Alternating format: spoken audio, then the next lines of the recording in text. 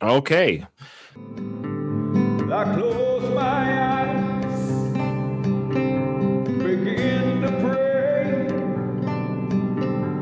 The tears of joy stream down my face with arms wide open under the sunlight. Welcome to this place. I show you everything with arms wide open.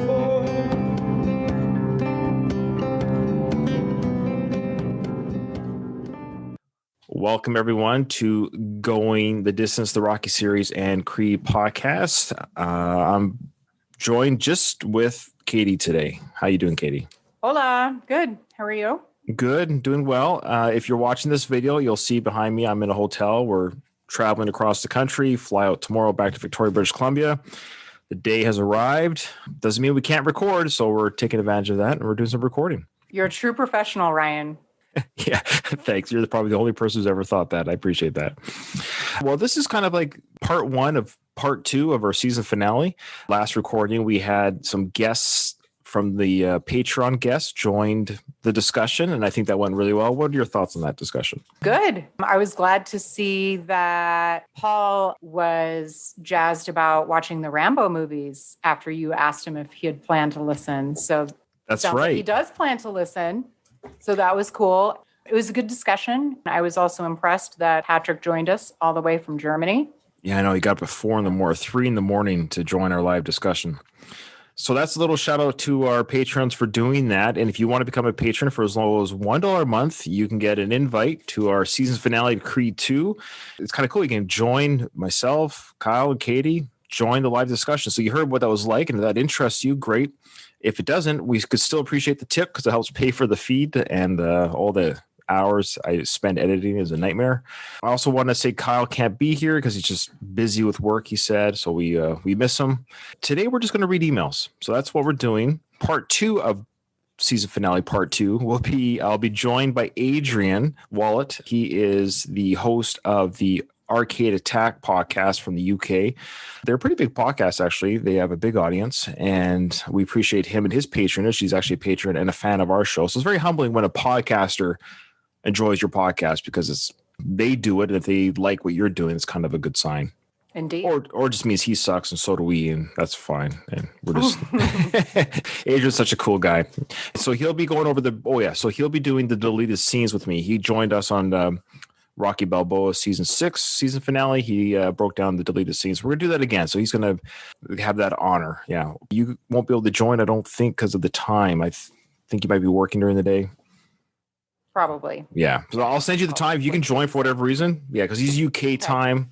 I'm going to be off during the day. And yeah, so that's how that works. Okay. Well, let's just roll right into we have a lot of big emails. So there'll be some good talking points here. But let's see what some of the listeners have to say.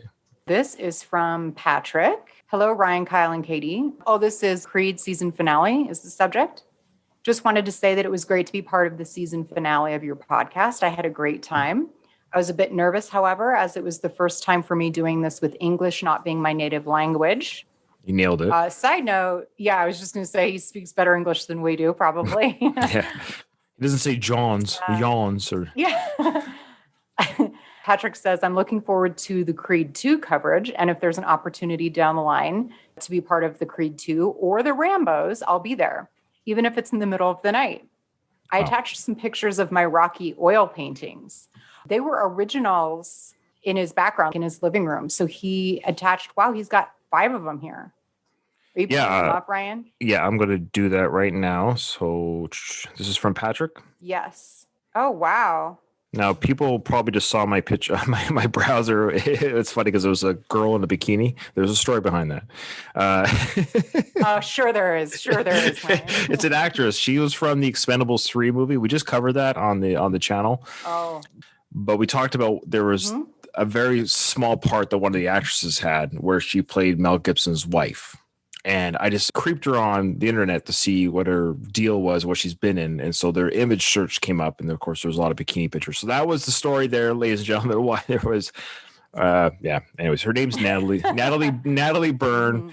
Stop it. I didn't Google Natalie Burn bikini pictures. They just, okay. That just happened to show up. That's what she likes to put on the internet. Put it that way. Yeah. Here we go. Here's the oil paintings that now the artist's name is Bill Pruitt. So if you are seeing this video, you are seeing these paintings. They're really cool. These are originals that I guess Patrick paid for to have sent to his house to Germany. Yeah. What did he say now? Gosh, I forget the story about Bill Pruitt. And were they from the restaurant? Is that where this originally came from? No, I think Bill is just an artist. Like I say, just an artist, but he's an artist who I guess you just commission work from him. Oh, I forgot what Patrick said, how he discovered. Oh, I don't remember. Sorry. Yeah. Anyway. I forget too how he got a hold of him. But I'm just showing our video viewers, these paintings going back and forth. He's got the Rocky 3 fight, the Rocky Balboa run up the steps with Punchy. Punchy. Yeah. I miss Punchy. Oh, Punchy's dead probably. I All right. know. I think he needs a new dog though. Yeah. Maybe. Yeah. What else we got from him on that? Yeah, we had a discussion about Rocky. We were questioning how awesome of a father he was. So he said, after our discussion, I was thinking about Rocky being a bad father again. I did think so too yesterday. Going through the movies one more time, though, it's not that clear anymore. Rocky 2, feelings towards were positive. His decision to not see his son, but wait for Adrian until she wakes up again is debatable, but that's just the way he feels. To share that moment with Adrian. The scene between the two training montages shows him bringing Robert to bed. In his victory speech, he says that the birth of his son is one of the two greatest moments of his life. So all is well in Rocky 2. Rocky 3. Robert is just a side character here, but Rocky treats him just fine. It could be argued that Robert is still too young to accompany his parents for the training in Los Angeles. Rocky 4. Great scene between Rocky and Robert before Rocky is leaving for Russia. No way they would take the kid to Russia to live in that cabin for a few weeks, especially that Adrian stays in Philadelphia too. We don't know when Adrian arrives in Russia. Could be 2 weeks before the fight, so Robert staying home is just fine. In his victory speech, Rocky says he loves him. Things are on track after the first 4 movies, but get more complicated after that. Rocky 5. The relationship between Rocky and Robert is one of the big themes in Rocky 5, and to be complicated to create some drama. Here, Rocky seems to choose Tommy over Robert, but just because Rocky is lost. Tommy seems to be Rocky's only way out of his and his family's misery. Neglecting his son because of that might not be very mature, but it is what it is. Rocky loses his way, but finds it again, makes up with Robert. Rocky Balboa. Rocky wants to be around Robert. This time it's Robert who doesn't want to live in Rocky's shadow and keeps a distance. Not really Rocky's fault, though. All is well at the end, though. Creed. Rocky has pictures of his son in Polly's old room. We don't really know why Rocky hasn't got any contact with Robert anymore. Maybe the hype around Rocky's fight with Mason Dixon was too much in the end, and he decided to leave Philly. Robert being too stubborn and Rocky not knowing how to deal with this situation could be responsible for their lack of contact. Why Rocky hasn't told Robert about his disease is anybody's guess. Maybe Rocky's telling himself that because they didn't talk for long, he didn't want to break the silence with his cancer news, or he wants to protect Robert's seemingly happy life. Creed 2, same situation as in Creed. The only thing really strange is that Rocky doesn't know his grandson. We are treated with a very touching ending, though. So all in all, I wouldn't say that Rocky is a bad father anymore, but the circumstances and some decisions on both sides leads to a strained relationship. Looking forward to the next episode. All the best, Patrick. What do you think about that, Ryan? Well, did you notice how he organized his notes? I did. As I was reading through it, I was thinking, we were commenting, listeners, and complimenting Patrick that he's always so well organized. Of course, he's keeping up that. I think the emails are exposing just our listeners are probably better at this than we are. He's better than I am. Well, it's not fair to ourselves because they write it down. And I think when you write things down, you can organize your thoughts better than you just verbal diarrhea. Yeah. But we'll say what he said is spot on. And in fact, it gives a good analysis of people. Well, here's the thing. A lot of people kind of make that joke or assumption. Oh, Rocky was a horrible father. And I think he does a very good job of showing, I don't know if that's really true. I don't think he's a horrible father. I mean, I don't know. In fact, I would say he's a pretty good father. Yeah. You could almost argue from what we just read there from Patrick, you could almost make the argument, maybe Robert's not a great son. Maybe he's not a very forgiving person. Think of Rocky 5. Robert's mad because Rocky's training somebody. That's his job. He's a trainer. He's a boxing trainer. I agree. As much as it pains me to criticize Milo Ventimiglia at all, it's not his fault. It's just his character. In Rocky Balboa, I remember when I watching that thinking, come on, dude, give your dad a break. In Rocky V, though, as Patrick points out, it is a big theme. And of all the movies, it's purposeful that we're supposed to see Robert be jealous. There are a few times that he was planning to give Tommy the necklace. Right. That's stung. Of course, that's fair. That's stung. But he gave it back. Oh, man. Yeah. Yeah. But he at the end, and they seemed like they had resolved. So, and here's the other thing about Rocky V. People criticize Rocky V. I've even seen people say it's not canon, which is ridiculous because that is ridiculous. It blows my mind how does it explains again the poverty, explains even it shows you where the fork in the road of the relationship started at the very least. Rocky VI or Rocky Balboa, it makes sense in context that maybe at the end of the film of Rocky V, there seemed to be some healing, but maybe not everything got worked out. And I don't know, just when Robert was thinking he was getting out of his father's shadow. And we could also argue their relationship maybe got strained a little bit when I think we talked about this during the season 6, but the relationship got strained because of the death of the mother and the wife. And Adrian was kind of the glue that brought the two men together. And she's gone out of the picture. It's hard for them to it's awkward. I'm not saying this is my situation with my parents, but I have a different relationship. Well, it's true. I have a different relationship with my mom than my dad, or my dad than my mom. I love them both the same, but the things that I maybe share with my mom are different than the things I share with my dad. I think it's pretty common with most kids, with most parents. They have different relationships or different things that they are comfortable doing. And if you take maybe the one person out, you're like, oh, the things that I was comfortable with the one person, I'm not with the other, and I don't know what to talk about. Yeah. It's sort of just like a running joke. I don't know if everybody who says that, it's like a joke that, Rocky's not the kid's an afterthought. It's like, I don't know how serious people are. I'm sure some people are. Looking back on it the way that Patrick has, he's not. He's human. Mm-hmm. He's being a human father. I did wonder, and this is why he's a deep character as well. These are things that real families go through. Sometimes there is, maybe something didn't happen. It's just, for whatever reason, so much time passes. So I rewatched Creed 2. Oh, recently? Oh, wow. We're going to be covering Creed 2. Right. So I wanted to rewatch it. Do you like it better than Creed 1? Of course. Oh, yeah. You're making fun of me. No. I just wanted to hear you get excited about a Creed film. That's all. Oh, yeah. Yes. I wanted more of it when it was over. I was like, no. Did you cry at the end? No, this time I didn't. I think because you're ready for it? Yeah. Right. He doesn't know his grandkid. That's weird. I think at the very end, if they haven't seen the grandkid or grandfather, or even pictures of, the child was young, but 4, maybe 5. Mm-hmm. Time can go by very quickly when people stop talking. It's one of those things where the more you don't talk, the more awkward it will be when you start talking. Exactly. And you even see him in Creed 2, he picks up the phone a few times to call him, and then he doesn't. As an audience member, we're like, no, just do it, Rocky. Just do it. You have to. He can't. Yeah, he's human. The blame is also on Robert. That's the thing. I don't know how much of a bad father Rocky is compared to Robert. They're just both equally stubborn and don't know how to deal with their feelings. I think at the end of the day, they're both just human, but they obviously love each other. They're just awkward. I think awkward might be the only. Thank you, Patrick, for that. Was that everything from him? Yes. Okay. So then, perhaps too late for some feedback, ? Oh, this is from Kim. She says, hi, Ryan. I remember jotting down some notes a few episodes back and realized I never sent you my feedback. So if you'd like to just share with Katie and Kyle and not the air, that's cool. But here it is. I would not have opened back up the door after closing it on Adonis. I agree with Kyle on his sentiment about how when someone does something hurtful to me, I say my piece and I need space to digest it regardless of the begging and pleading coming from the other side.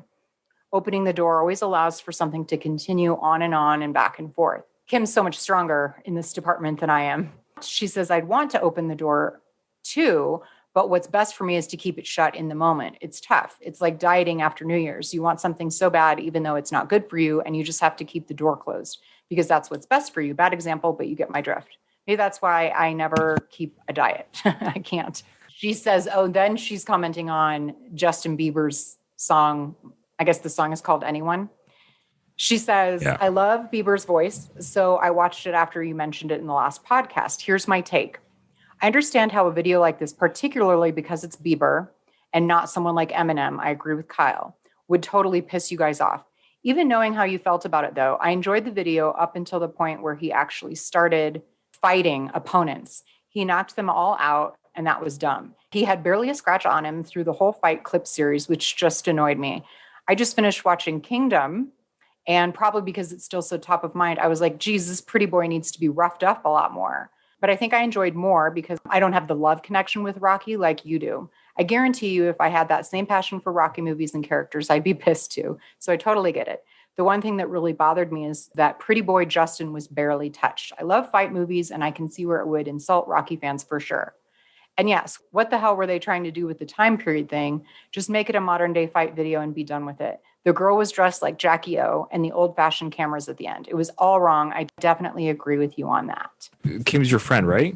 Yes. Okay. So that I just for context for any listeners that might be listening to this or forgotten, Kim, I think she's our only listener who hasn't seen the film, the Creed film. So that's why she's saying she recognizes or any of that the Rockies. She's not seen the Rocky movies. I thought she saw something with you. Not yet. Not yet. Sometimes she will watch them all with me, and she's like familiar with the concept. Like maybe one back in the day, she's probably saw some of it, but she's never like actually seen the movie. It's like you're familiar with King Kong with maybe never seen the film. Like it's in the ethos of lexicon of entertainment. People are aware of the character. Yeah. Okay. So she's one of our listeners who's never seen the Creed films, but she's enjoying our coverage. That's crazy. I appreciate that. It wasn't a bad song. And this is not a slight on her, but that's why I would say people would be critical of our criticism. I think I was the least. I think Kyle was the most pissed off. I think you were in second and I was in third.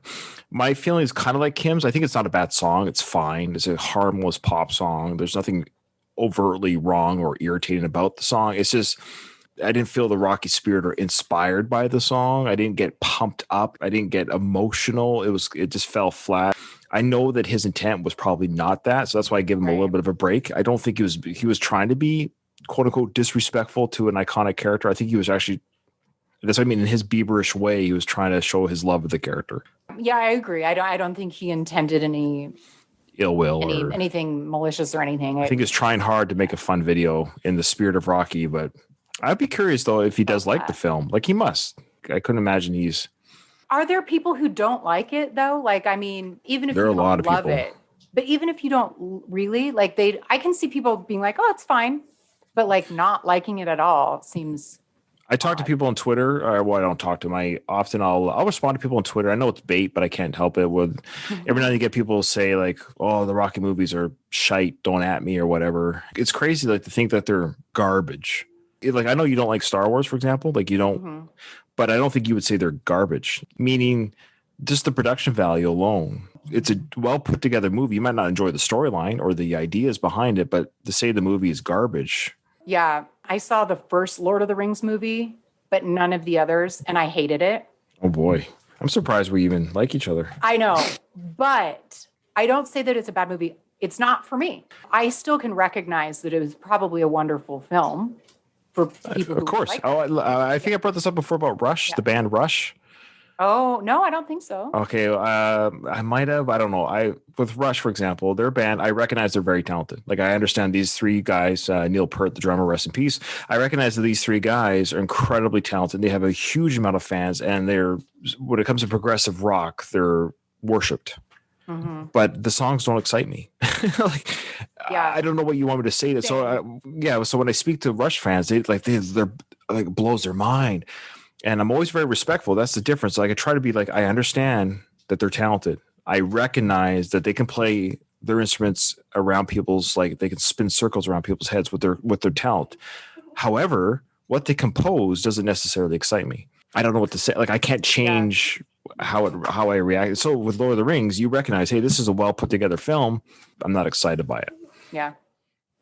My son sees himself in the camera. He's like, looking at it. Aw. Grayson. It's Grayson Stallone, by the way. Oh, hi, Grayson. His middle name's Stallone. That's awesome. That's amazing. Truly. The next email is from Brian. Yeah, Franco. Brian. He gave us a few, but they're all very, very informative here, as per Brian's style. And Brian's a new patron, by the way, so thank you, Brian, for that. Oh, awesome. This is the one. It's called Creed and Rocky is the subject. And there are a number of attachments. Okay. So he will probably reference them. Okay. Hello again, everyone. Thanks for taking the time to read my last email, which is a chapter from my new book. Haha, just kidding. It sounds better when someone else reads it. Here I go again with my detailed info, trying to get others to think the way I do. Ryan mentioned about me getting back to him about the scene at Donnie's work.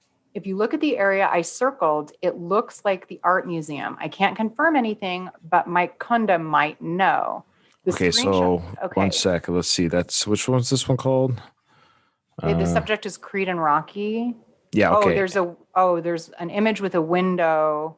Yeah, right there. Yeah. So there. So yeah, he took a still from the film where Adonis is asking to leave the job, and he circled what Kyle said was the Philadelphia Art Museum in the background. Yes. Yeah, there it is. Well, Brian had mentioned that, and then Kyle was, wasn't that in LA? So it does look like the art museum, but it must just be a building similar, right? Is that what Brian's saying? He's saying he circled it. He's not certain. We might have to ask Mike Kunda. Oh, okay. He can't confirm anything. Okay. We need to outsource that photo. Okay. Yeah. Right. Okay, then he says the screenshots I sent of Rocky's house were all from 1818 Tusculum Street, not the Rocky 2 house, which is in South Philly. It's not that far from the church wedding scene, which was just the exterior. The indoor scene was at a church across the street from Gazzo's Corner.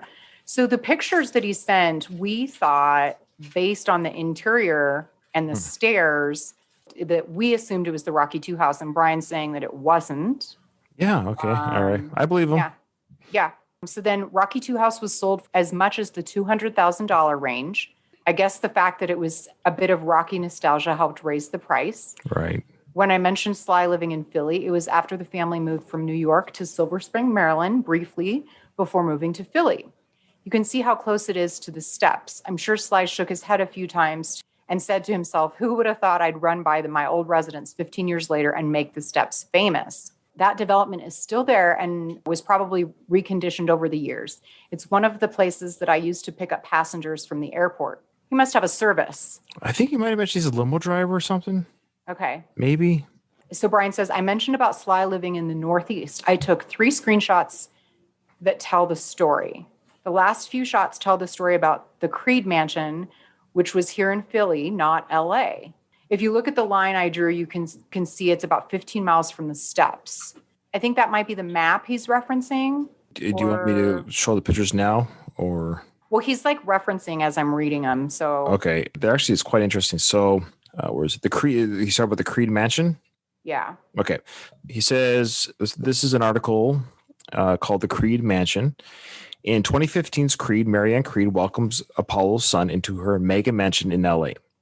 So that's where the mansion's based as far as the movie is concerned. The custom-built 6-bedroom home features a palatial foyer designed with an incredible double staircase, gilded chandeliers, and cut glass features. Set in LA, California, the address used in the movie is fictitious, 8541 Barrow Drive. The real mansion is located in Philly, just a 40-minute drive from the Rocky Steps, like Brian said. We, meaning us as an audience, we first caught a glimpse of the Creed family home back in Rocky 2. That was also the first time we saw Apollo's 2 children, a boy and a girl, Adonis's Creed's older half-siblings. Apollo's house was never seen again in the Rocky series, save for the scene in the champ's backyard swimming pool, where he was seen playing with his 2 golden retrievers in Rocky 4. Rocky purists will agree that since this real-life estate was built in 1993, some years after Apollo Creed's death, that the King of Sting never actually lived there, and that Marianne Creed moved into the property at sometime after his death and Donnie's birth. It does look like a different house. The house they show in Rocky 2 is like this cool, like mid-century modern. Right. It is a different house. It makes sense. It looks different, and it's I like the idea that, she moved into it after the death. And it goes on to say here that the real Philly mansion exterior and interior was used during the production of Creed, most memorably in the scene where Adonis tells Marianne he's leaving for Philly. Other portions of the home's interior were used in Creed, including the some deleted scenes from the movie, which we'll go over in next episode. Although the real location does have an in-home theater, this room was not the same room as the one Adonis uses to watch the YouTube footage of Rocky and Apollo's first boxing match. The totally custom house was originally built for a high-profile Philly business leader They listed the property again in November 2016. Following his death, business leader, his family sold the estate, but the buyer unfortunately lost it to the bank. Jeez. Oh, that sounds like a familiar story. Yeah, but he must have had Paulie as a. That's funny. What a very Rocky V ending to that mansion. Right. Brian says, in one of the episodes, Katie mentioned how stairs and steps play a big role in the whole Rocky series. We even see steps in the 2 Creed films. I think the trains play an important part, whether it be the L or the freight lines in all the films except 3 and 4. I'm sure everybody knows that a train going by when the scene was filmed wasn't by accident. For example, in Rocky 1, a film crew member would be a few blocks away and radio ahead to let them know to get the camera rolling. Oh, that's some interesting behind. Yeah, getting off subject a bit. I sometimes hear Ryan speak about getting different guests from the Rocky series for an interview. About 3 years ago, I had a nice talk with Jimmy Gambina. Sounds like he's an interesting interview, it sounds like. Played Mike in the Rocky films. He was that guy sweeping, goes, Mickey, put your stuff on Skid Row. It's not your locker anymore. And that's Jimmy Gambina.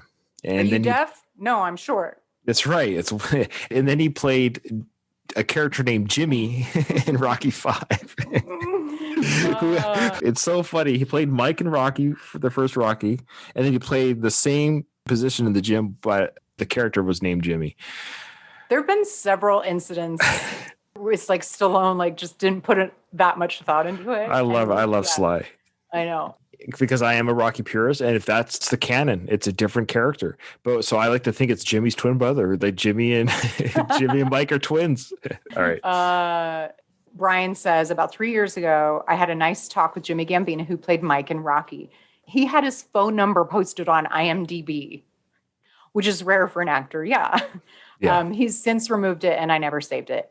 He mentioned doing things like teaching strength and flexibility. He did that for John Travolta to prepare him for the dance scenes in Saturday Night. I think he means Saturday Night Fever. Or Staying Alive. He says Saturday Night Live, so I don't know. Yeah, sorry, Saturday Night Fever. Yeah, either Brian. Saturday Night Fever or Staying Alive, maybe. Yeah, he probably just combined the live with, About a year and a half ago, I was chatting on Facebook with Angie Boyd, who did the bar scene in Rocky.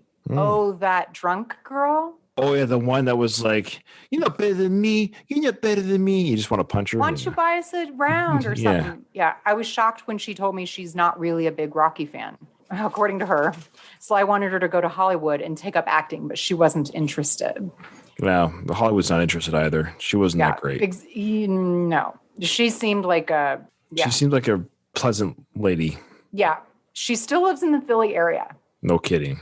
Yeah. The guy who played her friend in the bar scene was a Philly local who was a roofer who auditioned for the part. I heard he had passed away some time ago. Oh, he was young then. Well, that's about it for now. And I already have an email for the fight scenes. Keep punching, Brian. Yeah, that's actually great information. I know Kyle would have liked to hear that. He loves that behind the scenes stuff.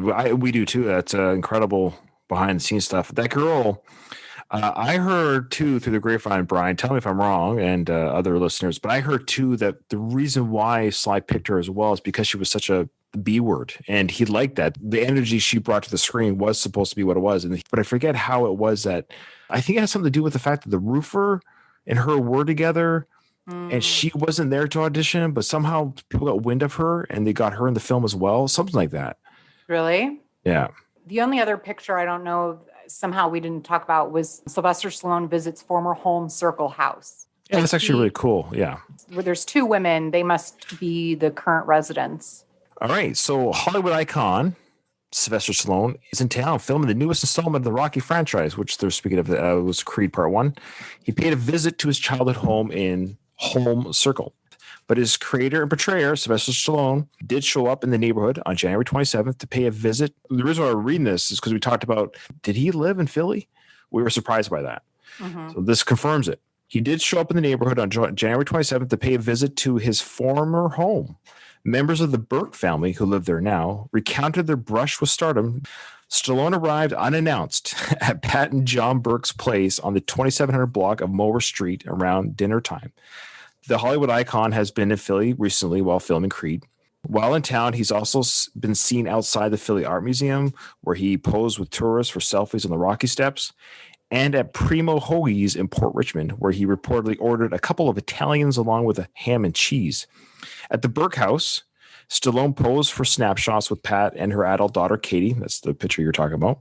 And John and son Martin were not home. Oh, man. I know. The Burks raised 7 children in that home. That's cool. Pat Burke, she said he was very gracious and very nice about Sly. Pat Burke told the Northeast Times that she and her husband bought the twin home from Stallone's mother, Jacqueline, in 1971. And they still live there. They still live there. At the time, Sly was well beyond his years as an Abraham Lincoln High School student and was embarking on a professional career that would see him earn Academy Award nominations for the Best Screenplay and Best Actor for Rocky. The Stallones left few personal effects in the home, although the Burks still have Stallone's old speed bag mount. Pat Burke said that she was too starstruck to ask Stallone to autograph the item. Friends later told the homeowner that such a piece of memorabilia could have drawn a healthy price in the collectibles market.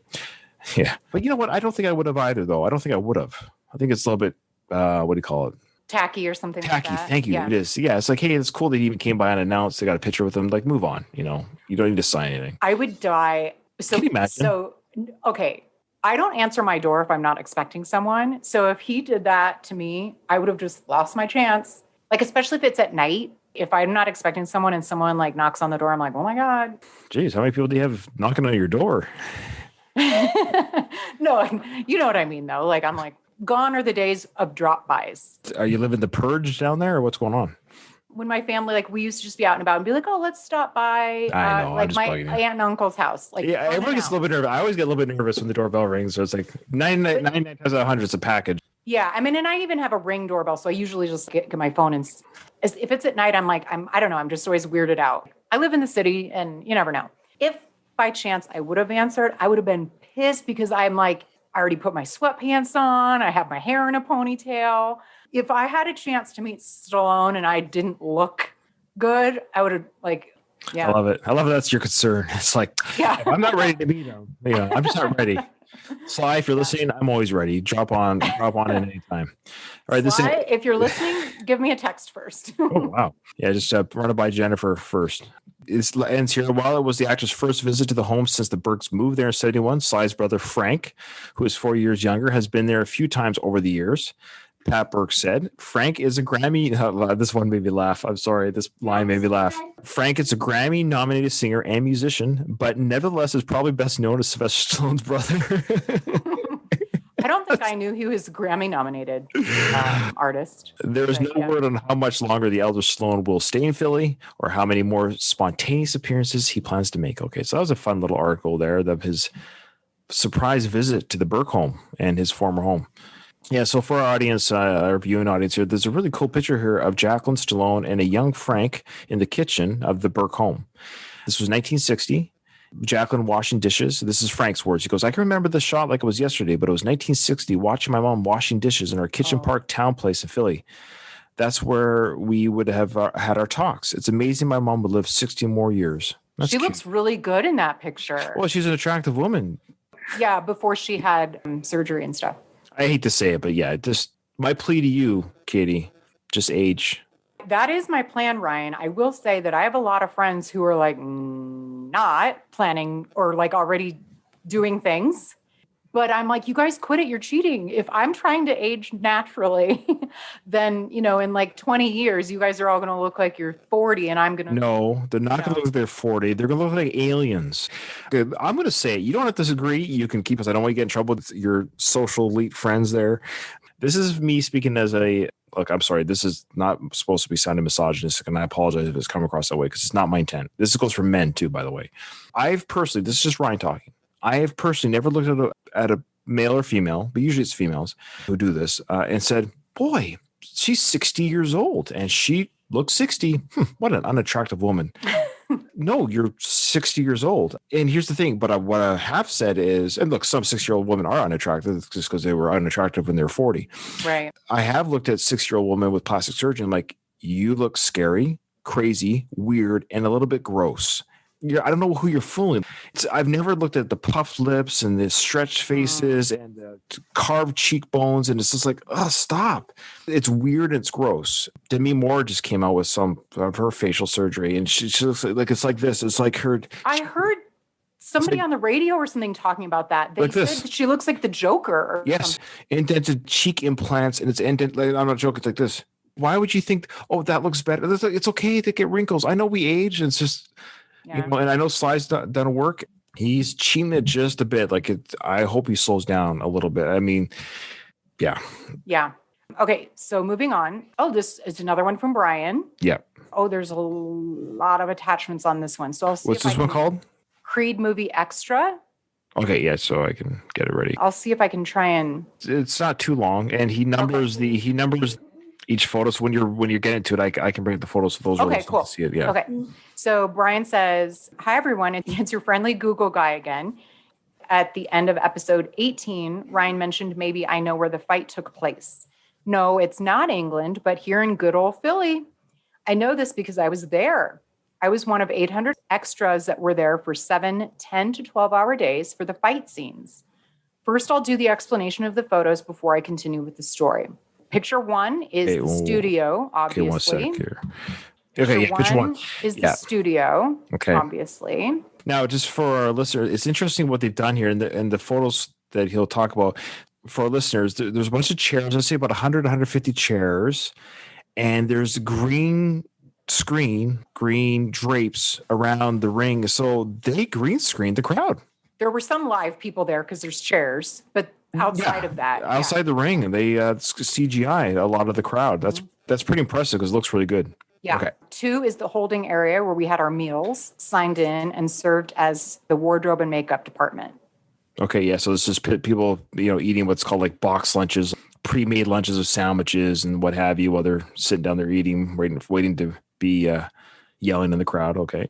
3, 4, and 5 are the blue seats for the 800 of us extras. Oh, 800 seats. Okay. Yeah. Oh. So real people, there were 800 real people, and then they green screened the rest of the stuff. The larger crowd, yeah. 6 and 7 show the 2 studios with the large used for fight and small for the fire breather scene. Yeah, okay. Which was filmed after the fight. They used about 200 of us to do the walk-up for both teams, doing about 5 takes each, and had us finish at about 2 a.m. Wow. Jeez, wow. 8, 9, 10, and 11 show the difference between the live crowd and where CGI was used. I had no idea that much CGI was used. Wow. Yeah, he says the same for 12, 13, and 14. Interesting. Yeah, okay. Oh, wow. Yeah. Holy. I guess so. It makes sense. I mean, that's a lot of people to control. So you kind of have to, it's the beauty of CGI now. And they would have done that for the first Rocky had they had the technology and the ability. I assure you, instead of having that black background. The other shots not numbered are kind of self-explanatory of the soccer club in England. Now on to a typical day. The first one was spent just doing the Michael Buffer announcement with about 10 takes. Is that his name, Michael Buffer? I thought it was. Yeah. Okay. So I was staring in my direction in deep concentration. Talking to one of the crew members, which lasted about 20 seconds. I wanted to raise my hand and say hi, but I froze. I thought to myself, why is he staring at me? Maybe he wants to fight me. Ha ha. As for cheering, the assistant director who did most of the talking told us those born in January, February, and March cheer for Creed and the rest for Conlon. Since I was born in February, I got to cheer for Donnie. We were told that each round was being filmed in 3 parts, with each lasting about 5 takes. They handed out hundreds of those little lights to stimulate our camera phones. They actually filmed a small scene where the director told a camera operator whose name was Ryan to film us as we were taking our seats with the camera about 10 feet away from me, but it wasn't used in the film. Shucks. One last story before I stop commenting, since I don't want to give spoilers as we're just starting the fight on. He wrote this before we finished. Okay. On about the 3rd day, some guy in the crowd yelled, "We love you, Rock." Before you know it, the entire studio gave him a standing O, which lasted about 30 seconds. Wow. At the end, Sly was actually clapping for us and even looked a little emotional. Aww. That's great. The assistant to the director, who's from LA and probably never experienced something like that, got on the mic and said, "Hey guys, that was effing awesome. I kid you not." That's something I'll always remember. As always, keep punching. Brian the First. Wow. This is a great background stuff that you and I have never experienced, being that close to Rocky or Sly, playing the Rocky character. And he was an extra in a prior movie too, wasn't he? I think in Balboa as well. And it's really cool. You got to be a part of that history and to feel that emotion of the crowd cheering Sly and the Rocky character. And boy, Yeah, to live in Philly. Okay. at least for the filming. Yeah, yeah. That's awesome. Okay. The next email is from Greg the first. Okay, drum roll. Here we go. He's famous. Ryan, Kyle, and Katie, I wanted to start by apologizing for my last email, which maybe came off harsher than I meant it to be. Since the episodes are always recorded so much sooner than they are available to listen, I feel like I'm always playing catch up. So I had just sent an email suggesting that you were entering the best stretch of the Creed film, not realizing that you'd already recorded at least one episode covering that part of the movie that was not exactly complimentary of the film.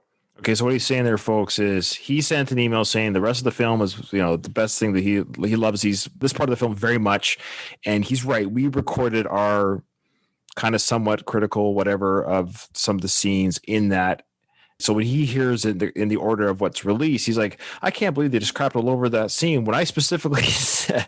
So it was not it was not a response to his. We at the time of that recording, we weren't aware that he had written that email, and so it seemed insensitive. And so people keep in mind that the emails we read are often after we record what you think you're hearing. We just can't line it up very well. That's all. But don't stop emailing because, as you can see, it gives us great things to talk about. But just keep in mind that it's not an immediate response type email. That's all. He goes on to say, so I was definitely frustrated when I fired off that email.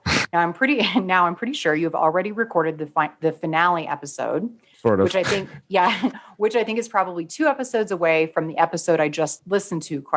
And as Ryan just pointed out, don't try and keep track of it. Basically, yeah, just don't worry about it. Email us, talk to us. Don't wrap your head around it too much. Yeah. Where you will probably cover what I wrote and am not looking forward to it. Sometimes I think I struggle to articulate exactly what bothers me about how Creed has been covered. So I have thought a lot about that recently. I think it boils down to this. When you covered Rocky V, your approach to the movie was, in quotes, this is widely regarded as the worst Rocky movie. Is it really that bad?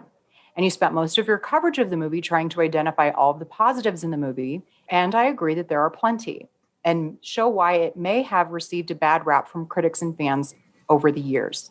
With Creed, at least to me, the opposite is true. The approach has been, in quotes, this is a very popular movie among critics and movie fans, but is it really all that good?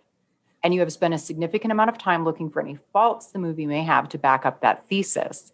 Even the decision to use awful Creed music covers to intros to the episodes gives off that impression, as opposed to the wonderful music intro that was used for most of the Rocky series. Okay, well, let's pause. Let's just pause. There's a lot of, all those points are very valid. There's nothing wrong with what he's saying, absolutely. And my response to that is that's actually my defense. Is I don't want the show to be a vacuum. He's absolutely right. I think I blew up Rocky V maybe more than it deserved. So I will be fair to that and say, yeah, maybe I gave it more love than it even deserves. That's the flip side. Maybe I gave it more criticism than Creed deserved. I recognize absolutely what he sees is happening. I don't think it's planned though. It's organic. As people know, we don't plan anything. Maybe had we covered the Creed films first before the Rocky films, like at the start of the podcast. So you have to keep in mind, I've been doing this for 5 years almost. I love it. And don't get me wrong. It's not that I'm tired of it, but I guess there's a little bit of exhaustion on my part, a little bit where the Creed films don't excite me the way Rocky films do. But I recognize, again, maybe this is the Rush analogy. Maybe I should have used this at the beginning of the Creed film. It's like, I recognize you, Greg, that yes, it is a well-filmed film. Yes, it is loved by critics galore and by fans galore. I could have approached this season of regurgitating what critics and people already say. So I guess there's a part of me that's kind of like, maybe I'm going to challenge it a little bit. Maybe I'll be the Clubber Lang, a little bit aggressive, a little bit unnecessary, maybe engage the listener a little bit, or to challenge maybe some of the listeners' preconceived notions of the film. Like, is it as great as people think it is? And so I've offered that thesis. People can disagree, and that's fine, because then they're going to still walk away with saying, hey, I love this film despite what Ryan, Katie, and Kyle have said. Now, Kyle likes the film better than us, just particularly me and you. Or they can walk away and say, you know what? I never saw those criticisms before, and maybe I kind of agree with Ryan and Katie. I don't want anyone to be unhappy, and that's where I kind of feel bad. I don't want anyone's experience to be unhappy. And then regarding the music, yeah, that's just my humor. I can't help it. It's absolutely stupid, but that's what makes it ridiculous and fun for me. It's just because I edit these shows every week. It's a lot of work, and it gives me something to kind of look forward to before I start editing. It's like, I'm going to go on YouTube. I'm going to find the most recent horrible cover of Creed Arms Wide Open, because everyone always has made fun of the joke that Creed is not a film about the band, and even the singer has made that joke. So that's just my tipping my hat to the obvious that this is not a Creed band podcast. It is a Creed movie podcast, but that's my Monty Python, Conan O'Brien, David Letterman type humor, where you bury a joke until it's irritating, but then maybe it gets funny again. It's irritating, it gets funny again. So that's my kind of humor, but it's not for everybody. But and this is not on Greg. It's just for anyone that hates the song. I'm not going to stop. And for Creed 2, it's going to be a different Creed song, and it's going to be the same song every episode until Creed 2 is over. Katie, are you going to do the sing along karaoke version if I send that to you? I mean, that's the spirit. Okay, so I'll be sending that to you shortly. So, I don't know. Well, it's going to happen because I promised the listeners. So I'm going to tag it on at the end after the Adrian episode. I think it'll be at the end of that. So people can listen all the way through to hear me, you, and hopefully Kyle sing in full, Arms Wide Open. Not the whole song, Ryan. Yeah, the whole song. I'm going to send the same karaoke track to everyone, and then I might splice it where you have a verse, then I'll do a verse. But you sing the whole thing the best you can. I'll see what happens. Oh my God. The whole song is a bit much. I can see maybe the chorus. Okay, well, maybe at least the first 30 seconds. Okay. Like we did, just like we do for the show. Okay. Yeah. Okay. All right. All right. I'm overly critical probably because Creed is my least favorite. I think because he likes Creed so much and is feeling like we're coming down hard on it, he maybe thought that there was some intention behind the song. So I'm glad that you clarified that there's nothing intentional about that at all. But my sense for those of us who are like hardcore Rocky fans, anything that's not, they could have freaking Denzel Washington play Creed and I still would be like, nope, it's not good enough because it's not Rocky. I wonder what the film would have been like had they gotten Chadwick Boseman to play Adonis. Yeah. Rest in peace. He's such a great actor, charismatic actor. You watch Chadwick Boseman on film, again, it's so heartbreaking. It's heartbreaking if anyone dies, but I mean, it's just the selfish part of me, because that's all I know him as an actor. So I enjoy his films and his persona. Ironically, again, Black Panther, the worst Marvel movie, directed by Coogler and co-starring Michael B. Jordan. However, the best part of Black Panther, ironically, was Chadwick Boseman. He's so charismatic and good at what he does. Anyways, so it would have been interesting had a different actor played Adonis. So then Greg says, all of that may be completely unintentional, which yes, it is, but it just makes listening to these episodes a little less enjoyable than in the past. Sorry, Greg. At its heart, the core of all 8 movies of the Rocky franchise is motivational and inspirational. All that being said, you do not record these episodes purely from my own enjoyment, and it is certainly your prerogative to critique and cover these movies however you see fit. He's in our head, though. He's in my head. I just wanted to hopefully make it a little more clear why I feel the way I do. So thank you for that, Greg. Mm-hmm. As for episode 17, I enjoyed it a lot more than episode 16. Here are some details you may be interested in on Goodison Park, which was used for the crowd shots and ring entrances for the Conlon fight. But interestingly enough, not for the actual in-ring action. Interesting. Greg says Goodison Park was seen in Creed as the stadium played host to Adonis Creed's climactic boxing match against Liverpool's own Pretty Ricky Conlon, played by real-life Liverpoolian boxing champ Tony Bellew. Interestingly, Conlon versus Creed match is the first in Rocky series that was filmed against a green screen, as we just learned. All previous matches seen in the series were fought and filmed in real-life arenas or locations. It was Tony Bellew himself, an Everton fan, who helped arrange for the Creed filming to take place at Goodison Park, home of the English football team Everton FC, nicknamed the Blues. Are you into football, Ryan? No. Yeah, I don't know anything about it either. So we have no comments. So thank you for that. But there are listeners who are from the UK. So Thank you, Greg, the first, because though Katie and myself know nothing about European football, there are many listeners from the UK who do so, and Europe who listen to the show. So thank you for that information. Yeah. To be fair, I don't care about American football either. I don't either. Just hockey for me. That's all I care about. I do watch the Super Bowl just for the commercials, though. Okay. I just watched it for the nip slips. So Greg goes on to say, on the night of January 19th, 2015, the packed stadium was filled with fans watching the Everton versus West Brom football match, and guests were told to remain in their seats during halftime to await a message from a special guest. The massive video screens at the park flashed a brief teaser. Filming for the new Rocky movie is taking place at halftime. To be included, please stay in your seats. Whoa. Okay. The special guest turned out to be Sylvester Stallone, also a Blues fan, appearing via video message, wearing a Blues jersey and Rocky Balboa's signature fedora. We want this to be a glorious moment, Sly said, as he encouraged the crowd to participate by recording their liveliest chants and cheers for the Conlon versus Creed match. We'd like to see your faces on the screen, so please help us out. We'd appreciate it. And most of all, go Everton. Months later, the nighttime footage of the crowd were placed in the movie using CGI, and the actors filmed the fight in a boxing ring on a soundstage in front of a green screen. Oh my goodness. It's like Greg and Brian combined information here. That's hilarious. So CGI was like real people. crowd. Yeah. So that's how I was like, how do they do all those CGI people? That's hilarious that Brian provided the pictures that showed the ring with the green screen. But unbeknownst to Brian the first, Greg the first comes in and says, well, let me tell you how they got the people on the green screen.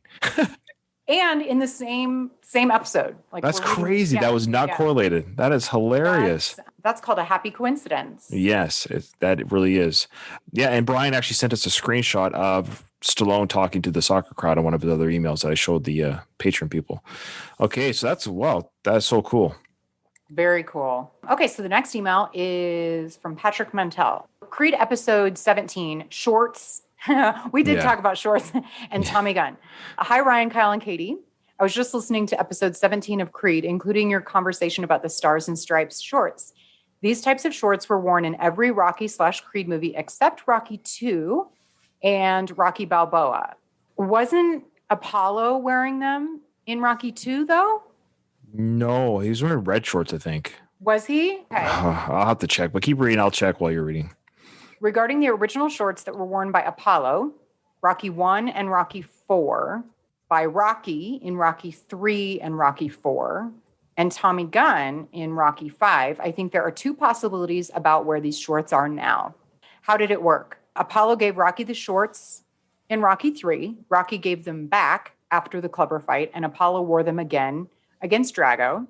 Then Rocky took them from Apollo's heritage, washed them, and wore them again himself against Drago, ?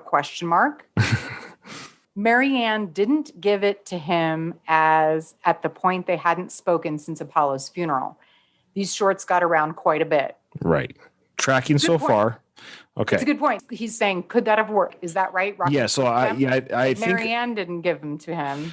Yeah. So I think the long story short, regarding the shorts, pair of shorts that Apollo wore against their first fight together. And side note, Rocky 2, it was red shorts that Apollo wore, just like I thought.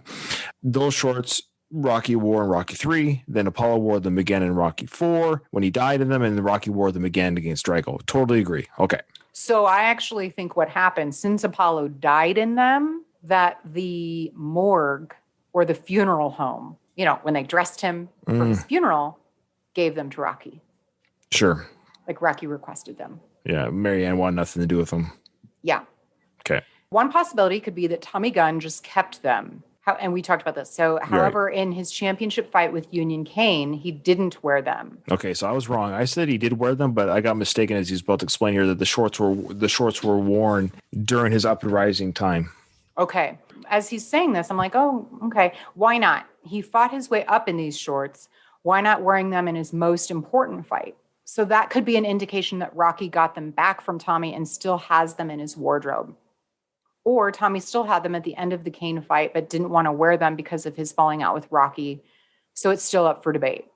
So good points. It allows for us to say that Rocky got them back somehow. Patrick says, I know that this is not season 5, but one more thing about Tommy Gunn. It's always fun to wonder what happened to Rocky's opponents. Thanks to Rocky Balboa, we know what happened to Spider Rico. And due to Creed 2, we now know what happened to Drago. But what about Tommy Gunn? I like to mingle Tommy Gunn's character with the real one of Tommy Morrison. Although the title bout was relatively easy as Union Kane was handpicked, Tommy Gunn was a good fighter. At least he could hit. So I tend to think he defended his title one more time and then surprisingly lost it. My reference is Tommy Morrison's real record, as he was unbeaten until 1991. He had a fantastic right hand, but surprisingly lost to Ray Mercer by a brutal knockout. Whereas I'll have to watch it later. Whereas Morrison came back and won the WBO heavyweight championship in 1993 against George Foreman, I think Tommy Gunn never recovered from that loss and was mostly forgotten. Wait, Tommy Morrison won the heavyweight championship against George Foreman? Did you know that? Yeah. I didn't. Yeah. Yeah, it's a whole other episode. We talk about that throughout the series, of course. But if he just kept his life straight, that's too bad. He could have had a longer, healthier career. Yeah. Okay, so that's when George Foreman came back when he was You're right. old. That's the so in theory, you could argue, this is the Kyle theory, that Tommy the Machine Gun fought a returning fight of Clubber Lang. Oh, yeah, Clubber's supposed to be George. Yeah. Apollo's supposed to be a Muhammad Ali. Is that the story? Okay. So you could argue that maybe Tommy and Clubber had a fight. That actually would be good. I think that would have been, that's fun. What ifs. Have fun recording tonight's episode. I'll be listening as soon as it's released. All the best, Patrick. Thanks, Patrick. Awesome. Our favorite German. So Apollo didn't wear the shorts in Rocky 2?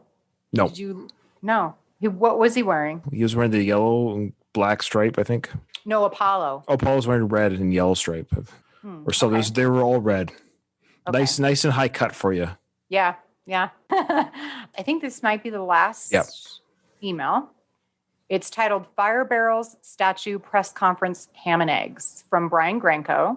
Some attachments. Hello again, everyone. I know I've overextended my stay as far as messages, but I want to throw a quick one out there. Katie mentioned the press conference. I can't confirm, but that might be the Pennsylvania Convention Center, the same building the Rocky Mason Dixon one was held, and is a few blocks from City Hall. Speaking of City Hall, the statue on top is not Ben Franklin, but William Penn. We were wondering. We thought maybe it was Ben Franklin, and he's saying it's William Penn. Okay. Thank you. There's a photo with a brief description. Another photo shows what a ham and egger is. Okay, yes, so William Penn was the son of the admiral and politician Sir William Penn. Penn was a writer, early member of the Religious Society of Friends, and founder of the English North American colony, the province of Pennsylvania. And a ham and egger job, meaning a weak effort or dud, comes from boxing, where a ham and egger fighter doesn't have much fight in him. It's just someone doing it to earn a meal.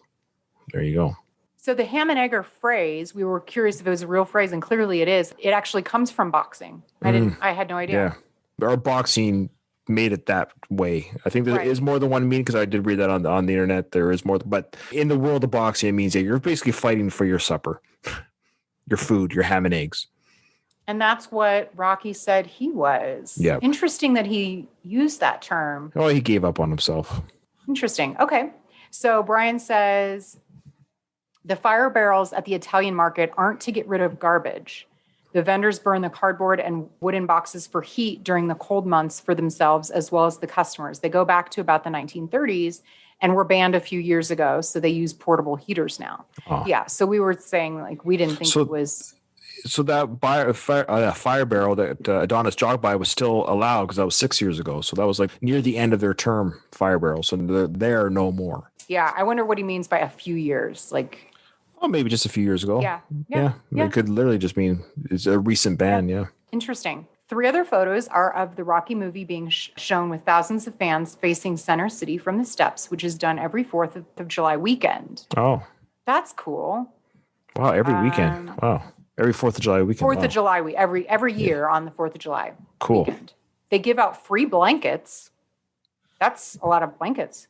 Wow. And snack foods. This year it was shown with fans in their vehicles in South Philly near the sports complex. Stupid COVID. The last photo is from an interview from the steps with the cast on Good Morning America after Thanksgiving. I had the thrill of attending this event. After the show, the cast came over to sign autographs, but no such luck for me. Dang, Brian has had so many opportunities. It's crazy. So the photo is the Good Morning America host with Sylvester, Michael B., and Tessa Thompson. Yeah, there you go. Is that it for that email? Yep. Keep up the good work, Brian the First. All right. Thanks, Brian. And thank you, everyone. But this is actually a longer episode than I anticipated. Not in a bad way. Hopefully, if you've listened to the end, we thank you. Again, this is a Rocky podcast. I always say people Stop talking about Rocky. Sorry. But this is incredible information. I don't think you and I would have been able to come up with any of this background stuff. This is literally some insider baseball information. I wouldn't know any of these stories. This is incredible. We thank our listeners, Brian, Patrick, Greg the First. This is all incredible. Kim, your friend, even just her insight. So obviously we can't do this every episode. I'm not saying guys don't email us, but this was a great kind of bonus. This is like a bonus episode before we kind of start rolling into Creed 2, and I'm in the middle by moves. So it's kind of a nice little just talk about Rocky episode. So I'm excited to get into Creed 2. Me too. And I even watched it this week. It's good. Isn't that opening sequence amazing? Yes. And then I did also watch the deleted scenes. Oh, wow. You're well ahead of the game here. Boy. They should have just kept them in. I know. I don't know. And I don't know why movies don't, with the deleted scenes, have an option where play movie with deleted scenes inserted. There's two options. Play the movie or play the movie with the deleted scenes. Even if they're not quite finished, you understand that because, there's the deleted scene. Like if it doesn't look quite right, I wish they would give you that option. Like I still want to see the story being told as it was going to be told before it was deleted. But anyways, who am I? I'm just a customer. What do I know? Just a customer. Now, before we roll into Creed 2, to end Creed on a really good note, I was curious if you could share what the best part, in your opinion, of the movie Creed is. Best scene, best part, best whatever. Right. And this is that's a great question. And then we'll definitely we'll close the chapter on this. Well, I said it throughout the series, and I guess I feel bad that a lot of the criticism was thrown at the Adonis-Bianca relationship, the little bit of lack of charisma from Michael B. Jordan as an actor. But the positive of them is I think Tessa Thompson's a better actor than Michael B. So I think he actually elevates his game a little bit. And I think that chemistry, and we talked about, here's a question for you really quickly. Yes or no? Just yes or no. Was their chemistry better in part 2? Absolutely. Yeah. See, that's what I mean. So I don't know if it's just an actor thing or if it's just them getting better along. So Greg the First, good things are coming regarding the Creed storyline. Secondly, the highlight, of course, is Sly. And I know it's a kind of a cheap out, but every scene that he was in, including the ones with Michael B. So Michael B. supported Sly in this. That's the job of a supporting actor, is to support your actor or support the lead. Sly was amazing in this movie. I think it's the best acting of his career. I honestly believe that. Was he not just amazing? The way he emoted in this film, when he got the cancer news, when he was talking to Adonis in the locker room, like it just tugs it. So just like Rocky V has the Mickey scene, it's one of the best scenes in the franchise. And I know we kind of, it sounds like we were hard on this. I think we were hard on Creed. Doesn't mean I didn't love it.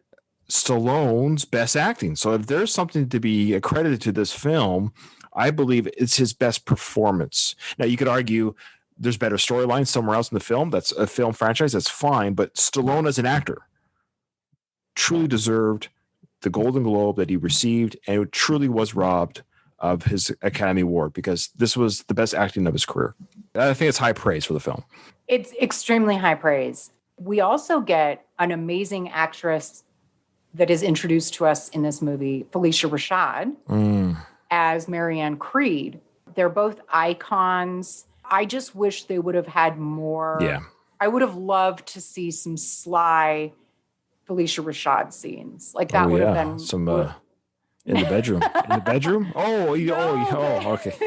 Just because there's, I know that would have been really awesome. Yeah. But I agree with you. Yes, great acting. And I had kind of forgotten until we had rehashed them.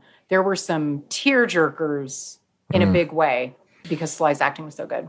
Yeah. All right. There you go. Well, thank you so much, Katie. This was a great big bonus episode. This is great. Hopefully our listeners and fans enjoyed as much as we did. If you want to send us an email, gtdwithrr@gmail.com. Follow us on Twitter. Follow us on Facebook. Become a patron and help pay for the feed and show a little bit of love to the hard work we put into the show. Yeah. Well, Katie, it's all you. Ding, ding.